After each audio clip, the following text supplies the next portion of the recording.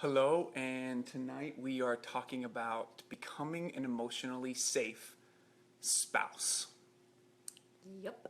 And we had a little incident tonight where we're going to kind of break it down a little bit for you as well, because I think it's a great example, even in the context of our own marriage, of how we, It literally just happened like 15 minutes ago. right before we were getting ready to go live. And so we're going to talk about an emotionally safe spouse tonight. We are all about emotional safety in the home because the research and scripture show that emotional safety is the key to really getting every major outcome we're looking for in our children, but also is the key to staying connected in your marriage and also for leaders. I train leaders in the military, Joint Special Operations Command, Army Rangers, and so on and so forth, and their families on the context of emotional safety in the home because it's so critical also in the field. And so we just we want to talk about that tonight. As we do, here's what we'd love for you to interact with us on. Like the page so that you know when we go live, because we're getting ready. We do this once a week, and so we want to. Hey, good morning. I love it. We are at nighttime, and you guys are in the morning. We we do this once a week, and so like our page so that we can see. You can see when we go live, so we can interact with you. Tonight, what we want to do. Hey, Robin. Tonight, what we want to do is we want to be able to. Ryan Wood, thank you. We would love for you to and you can go comment to the Facebook. tonight. What can I say? But if you go to the Facebook page too, if you click the blue sign up button, then you can get all the blogs and stuff we're going to talk about too. Yeah. To your email. So tonight, let's comment. Let's talk about being an Hi, emotionally Beverly. safe spouse. So what we're going to do, comment with Karen. how long you have been married, the number of years you've been married, and also what is, and we'll keep talking about this throughout, but how does your spouse make you feel emotionally safe? What? You know what? I heard a great word the other day. Because we talk about emotional safety a lot, but I think to a lot of people that's a very odd two words to put together, right? But I heard when other people describe it as warmth, Yeah. Oh yeah. being warm. You know that feeling of warmth when you're with a person? There's just that feeling of safety, of warmth. Same thing. That's what this emotional safety thing is we're talking about. Just to put it in another translation. Feeling warm. And you'll hear us as we talk about it a little bit tonight and how we become emotionally safe with one another. You'll hear it come out. And the way that I describe it is that it's the posture from which we relate, not the techniques, like not the communication techniques, not the skills. It's none of that. It's more of the posture from which we engage our spouse that matters the most, and the posture from which we engage our spouse over time. And so, good evening, Teresa. Candy, 17 years. Love this. Karen, 25 years. 13. Comment on how many years That's you've been awesome. married, and when do you feel, what does your spouse do that makes you feel emotionally safe with him or her? How do you feel safe? Let's comment on that. Seen, heard, known. Seen, heard, and known, yeah. That's what I think of anyway. Yeah. One of the things that we talk about, and I love this quote, it's a quote by David Burns. He wrote the Feeling Good Handbook and some other things, but his quote, his definition of intimacy, and I think it's an incredible definition because that's what we're talking about. It's really about becoming intimate with your spouse. His definition of intimacy is it's the willingness to endure the negative feelings you get when you get close to another individual. It's the willingness to endure the negative feelings you get when you get close to another person. And in marriage, that's what we are doing. We are enduring negative emotion. And emotional safety is, in a lot of cases, is being able to endure, being willing to endure that negative emotion. But what's an example of that? What does that look like? So, negative emotion. Yeah. So one of the ways that let's go to our topic tonight, right before. Can we do that? This wasn't really meant to be a topic. This literally just happened. This is our relationship. Yeah. 15 minutes ago. Yeah. I was gone for the night and I actually had a hair appointment. It really wasn't anything. It was great. And you look beautiful. Thank you. You're so sweet. Thank you. But I got back. Guys, being emotionally safe is making sure you notice when your wife gets her hair done and you notice immediately when she walks through the door. That is Yeah, true. that's emotionally safe. That totally matters. And I walked in, and I noticed the kitchen looked the exact same as when I left it, which led me to ask, what did you feed the kids? Like, there was no, like, extra mess, and everything looks the exact same. And he said, I don't even know what you said, but I know you took them out for dinner. Of course we did. But I had left out, like, I had made chicken. Like, it was right there in the oven. Like, And I didn't notice it till after I to got be home, eaten. and I saw that it was there, and I was like, uh-oh. Yeah. And so when we got home, she's like, what did you do?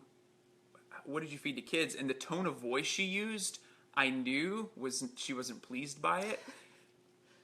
And so there was that frustration. She was short with me, and everything in me wanted to get defensive, and everything in me wanted to be like just ready to pounce. I know. And because that's the willingness to. But here's the key: underneath her anger, underneath her frustration was. I tried to hide it. I wasn't, like, blatantly angry. I was just But the like, reality is, though, you.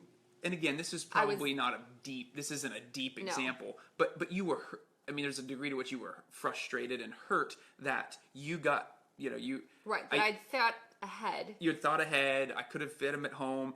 I spent money. I didn't need to spend extra money when we buy groceries. Like, so there was these other things going on under that. Can I tell you what I really thought? Tell me what you a really little bit. thought. We are alive, so be careful what you really thought. But what I really thought was, you get to do the fun stuff with them. Like, if all the nights I'm at home with them alone, I wouldn't just take them out to dinner. And maybe I should, but I wouldn't think, I'd think just, I'll make them dinner, get them to bed, do the thing. Yeah. But you get to do the fun things with them. Anyway. And that was, but what's cool about this is, like, we're having this conversation about, like, what's really going on in her heart and what goes on in my heart. Right, it wasn't really about the chicken. It wasn't about the chicken at all. It's never about the issue. The issue is never the issue. Right. It's never about the chicken.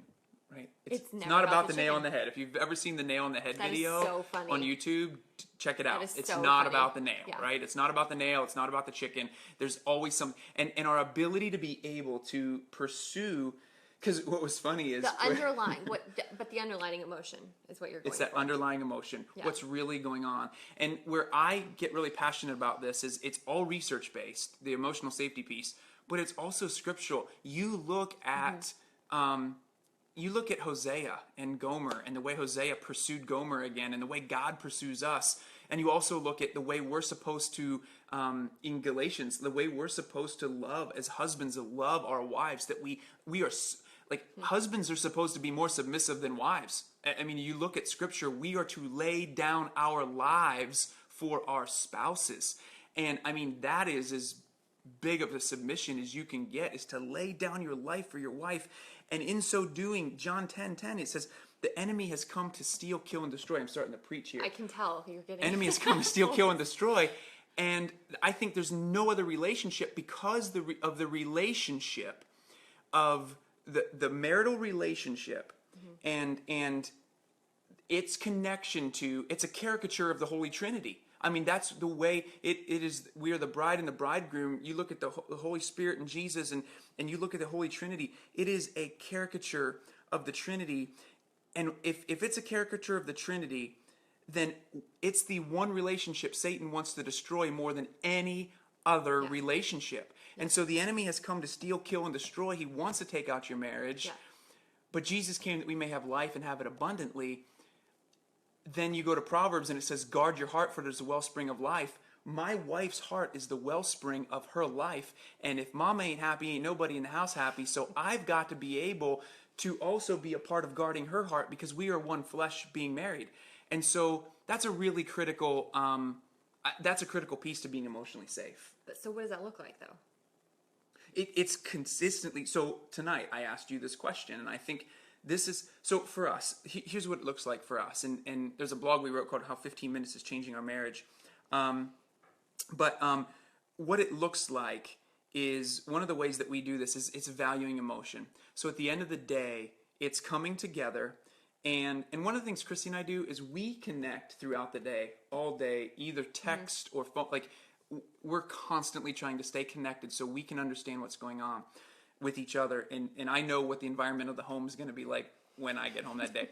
But it's being able to, for me to listen to Christy's heart at the end of the day, just taking 10 or 15 minutes and asking Christy, tell me what's going on today. What's in your heart? And being able to listen to her and challenge her to use feeling words. I felt sad when. I felt mad when. I felt frustrated when. I felt, and being able to get to the underlying part of that and just listen to her and just listen. Guys, we're not trying to fix it. There's not, sometimes, trust me, I want to fix it when it doesn't feel right. But a lot of times the best fix is just being present and just being there. And that is so incredibly important. And I think that goes both ways. Can I ask you a question? Yes. How would I not, when am I not emotionally safe for you? That's a good question. I would say... I did not plan to ask that. Yeah, no, these are not planned questions. We actually don't really plan a lot. Legit live. We pray and then we go live. We have some talking points, but...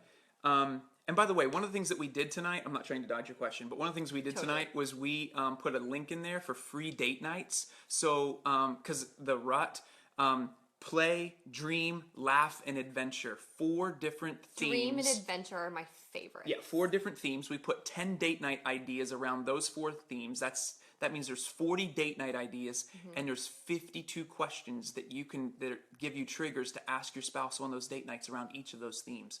So what is that? 216 questions and 40 date night ideas. So download those and go out on a date with your spouse. We do date nights once a week, sometimes twice a week, depending on. Sometimes we do a date night in, and that's fine. So when do I feel not emotionally safe? It is in those moments. I mean, this is the first one that pops up in my brain, it is in those moments when I feel like I have done something, when you're short or you are, you have an attitude. I mean, just be honest, there's an attitude. And that attitude comes out when, and I feel like I don't know what I did wrong. I have no idea. Or I don't even know if I did anything. And what's interesting is I know you well enough to know that a lot of times it's not even about me. Yeah. It was about completely something different, but you're taking it out on me. Right. And then I have to be careful I don't get defensive. Because you're safe for me, though. So it's when you develop an attitude or get short, and I have no idea why. It just makes me want to not. It just makes me not want to engage you or pursue your heart. Yeah, I know. Which starts the cycle all the way back down, right? Yeah. Maybe that's a good question to ask. And emotionally safe. What's that? What is it you don't do? When do you feel emotionally unsafe? Right. Yeah. What is it that I do that causes you to feel? And what happens is there's no condemnation for those who are in Christ Jesus. So there's also, when we feel condemned, when we feel shamed by our spouse, shamed, embarrassed, ridiculed, condemned, that's emotionally unsafe. And when that happens, a lot of times we get, like, if you're shaming me or I feel like you've, shamed me or that kind of thing, my defenses are going to go up and I'm going to get defensive. Yeah. And which starts a really bad cycle. A bad cycle. It starts a cycle where one attacks, the other withdraws, and then you just go into this shame cycle and you don't truly connect. And so that's when you're emotionally unsafe. So how to become emotionally safe is to talk. I mean, and again, my husband does this when he has a bad day at work. Yeah. And a lot of times it's not even the spouse. It's we just need time. And that's what we realize is we a lot of times just need time to debrief together. And debriefing isn't even sometimes talking. It's just sitting together. We love physical touch, like being able to hold each other's hands, even like when we're praying with our daughter at night or our son at night or that kind of thing. Like sitting in church and, there's prayer, we always grab each other's hands, or trying to just be, in certain moments, just to kind of go, you know what? I'm here. Like, we're here. We're a team. We're here. And so, but being emotionally safe, number one, is being willing to endure the negative feelings you get when you get close to another person and pursue those negative feelings and ask your spouse at the end of the day, instead of allow yourself to sit in them without getting defensive. And don't, and at the end of the hard. day, rather than just processing the events of the day or the business and the administration of the marriage and the home, like, get to the heart and just say, how did you feel today? Like, what was really going on in your heart today? And sometimes, I mean, not this isn't an everyday thing. Like we don't. There's not every day that something major goes where we go, oh, I felt sad today, or I was, sometimes it's just I was happy. Let's just relax, and we do. So it's not like this thing where you have to do this every single day. But the more you do it, for some people, you have to do it every day for a while to get into a routine of doing it. Yeah. But it's always thinking about how can I guard and defend and protect and enliven my spouse's heart. Like That's a great way to say that. like for me Yeah. tonight, I asked her, and this is a conversation we're going to continue to have because it was something I was praying through as we were preparing for this talk tonight or this going live, is how can I as a husband help you get more time, help you become more spiritually mature? Like, how can I help you? Ooh. What can I do to assist you, to That's a help great you? question. Because I know when she's walking with the Lord closely, our marriage is different, her demeanor is different, the way she approaches Yeah. the kids is different, and the same is true with me 100%. too. Like we're just different, and Yeah. and we're thriving, and that's critical. How can we do that with each other, and being able to talk about that? Someone wrote, "Communication is key." Communication is so key in this, and the ability to not get defensive or blame your spouse. Like, because here's a question: how many of you have ever done something stupid before? Is that a rhetorical question? It is a rhetorical question. And unless you're a teenage boy, but think about this, unless you're, I got a couple likes there. Yeah, love, did you do something stupid for? Yeah, we've all done something stupid. And the reality is when we do something stupid, we're getting a lot of likes. Unless you're a teenage boy, a lot of times you didn't set out to do something stupid. You just, you did something stupid. And so you said something stupid. And so, whenever your spouse criticizes you for something, rather than getting defensive, giving into it and going, oh, you know what? There is a little bit of yes, okay, tonight there is a little bit of truth in the fact that I have fun with the kids every time I'm with them. I do something where we have fun. I'm gifted and and stupid. That's the kind of teenage boys are not stupid. It's always just bad luck. And so. Sure. And so that's the key. It's being able to give in to the criticism just a little bit, to realize that, you know what? Yes, there is a little bit of truth. There's at least some nugget of truth in what you're saying. Even if you don't believe it to be true for that particular thing, there are times I am that way. And being able to give into that, it disarms the criticism. It disarms Totally. your It actually spouse's. can sometimes stop the. Yeah, it brings it down, and it brings it it takes just the energy it out takes of it. energy out of it. Yeah. And all of a sudden you're going, yeah, I do stupid stuff, and I probably did mess up, and how can I write this the next time? And that's really critical. So Let me come for the fun dinners out. speaking of fun dinners out, before we go, I took them out for dinner tonight, and my son in his meal he calls it cow milk, and so I got him cow milk. And we get to the seat, and he opens it up, and I mean, he flips out because it wasn't chocolate milk. Because when his mom takes him, he wanted brown milk, not white milk. And I found out tonight that his mama always gets him the chocolate milk. And the owner of the restaurant, who we're friends with, came over, and we were having a good laugh about it tonight. So I said, I learned something about mom tonight taking him for brown milk instead of white milk. So It's way better. It's way better. hey, thank you guys so much. Let's we're gonna interact here just a couple minutes with you guys. Please like the page and interact with us. We want to And get the date night. Sign up for the date nights.